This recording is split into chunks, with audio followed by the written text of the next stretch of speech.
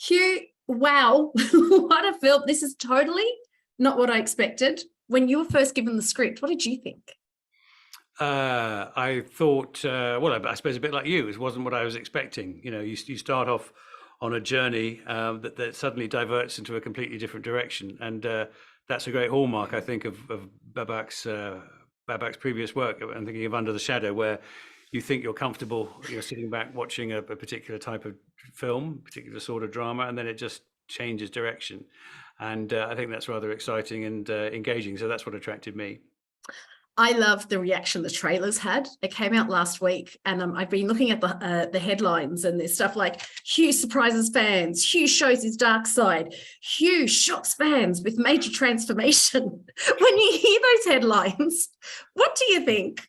Uh, I think, well, if people are, if it's going to engage people to watch the movie, which I'm very proud of, I think it's a fine piece of work that Babak's put together.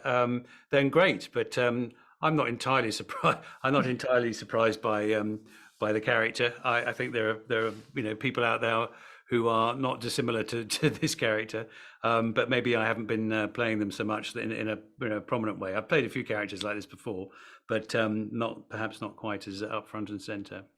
What is it like for you when you get to explore the dark side of a human being Well, we've all got it. Let's face it. We're all to different extremes? well to different levels. I agree, but I was reflecting on it yesterday. Actually, we are the true crime podcast or the true crime channels are a huge business. We're all intrigued by where the human psyche can go and where it can go wrong, and what motivates people to do things that society doesn't want them to do, or is certainly unpalatable as on an ethical and moral level. So, what is it in the human being that has a flaw, and there, but for the grace of God, go I. In other words, so we're all capable of inhumanity. Our fellow man is as we speak, doing horrendous acts to each other all across the world, and we're all capable of it. Unfortunately, most of us manage to steer a straight and narrow path, but some don't, and some do it in plain sight. I love that in this film we're entertained, we're like taken on a thriller, but there's also a lot of messages going through this film, and one of them is that you don't necessarily know everyone you come across. Everyone has a story. You started out in this industry, you got your first big break, I heard, playing the third shepherd in the Nativity play. What surprises has this industry thrown at you since then? Oh my goodness me!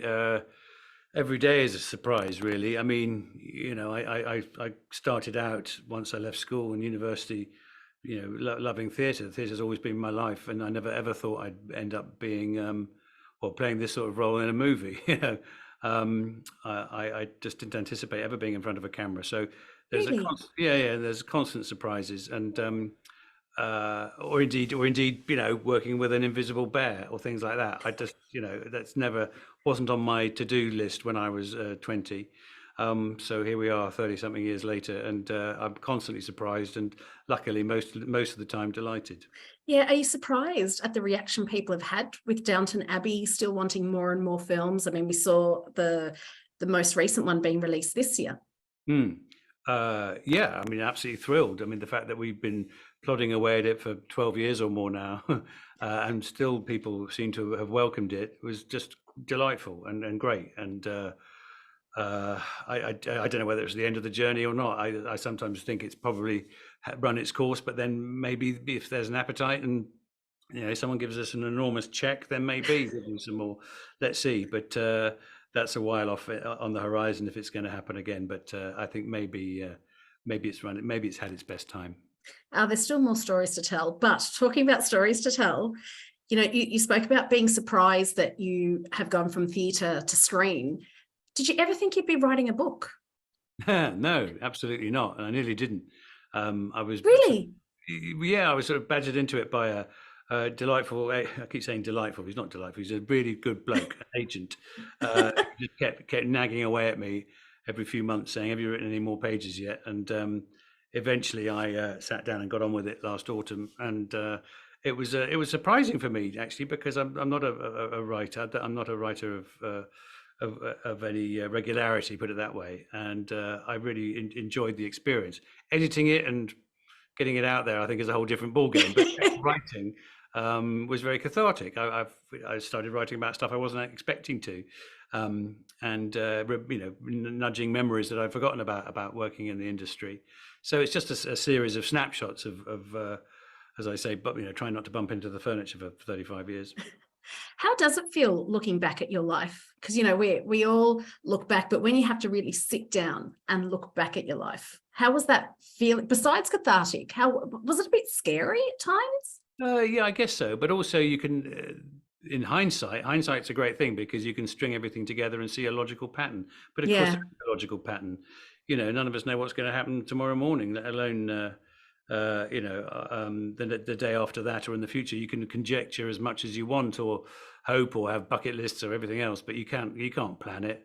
Certainly not in terms of my industry, or indeed every day as a human being. So looking back is a privilege we all have. Looking forwards is not. Yeah. Very few of us have foresight.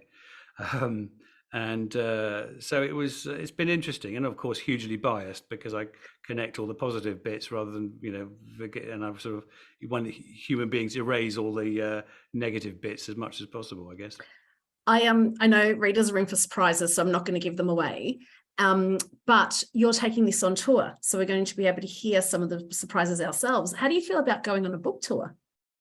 Oh, well, I'm so used to publicizing material that's been a collaborative experience. Yeah. Movies and TV shows that you can always pass the buck to somebody else. Unfortunately, with a book tour that's about a memoir and not even a piece of fiction, so you're having to claim most of it at least is based in some sort of reality. That's a bit more scary. So I don't know. I'm being interviewed along the way. It's not just me standing up and blabbing on. It'll be hopefully conversational. This little book tour that I'm doing, which is being I think streamed. The first one's being streamed, so people Brilliant. from overseas can take a look. But I'm looking forward to it because I think I don't know how authors do it. Proper grown-up real authors do it because self publicity is a delicate balance, and so I'm going to have to get used to it. I'm going to have to toughen up and say yes, buy the book rather than oh gosh, you don't want to read that.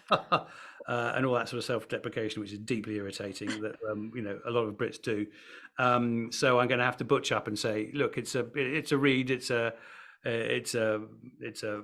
what's the word? It's a sort of rose-tinted spectacle, I guess. Look back at what I've done over the years, and some of the bumps and fun things along the way.